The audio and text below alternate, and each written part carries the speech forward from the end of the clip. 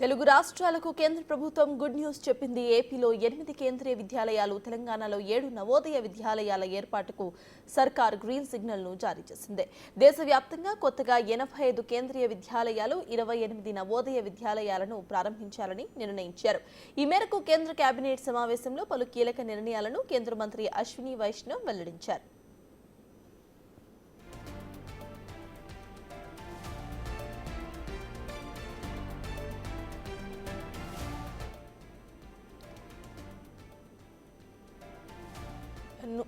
నూతన కేంద్రీయ విద్యాలయాలతో దేశవ్యాప్తంగా దాదాపు 82,000 మందికి పైగా విద్యార్థులకు ఉన్నత ప్రమాణాలతో కూడిన విద్య అందబోతుందని మంత్రి తెలిపారు.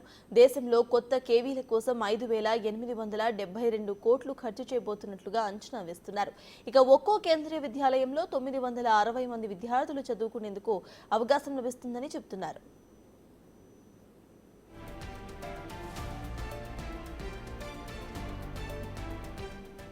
ఏపీలోని అనకాపల్లి, చిత్తూరులోని వలసపల్లె, సత్యసాయి జిల్లాలోని పాలసముద్రం, ఉమ్మడి గుంటూరు జిల్లాలోని తాళ్లపల్లె, రొంపిచర్లలో కేంద్రీయ విద్యాలయాలు ఏర్పాటు చేయబోతున్నారు. అలానే ఉమ్మడి కృష్ణా జిల్లాలోని నందిగామ, నూజివీడు, నంద్యాల జిల్లాలోని డోన్లో కేంద్రీయ విద్యాలయాలు ఏర్పాటుకు కేంద్రం ఆమోదం తెలిపింది.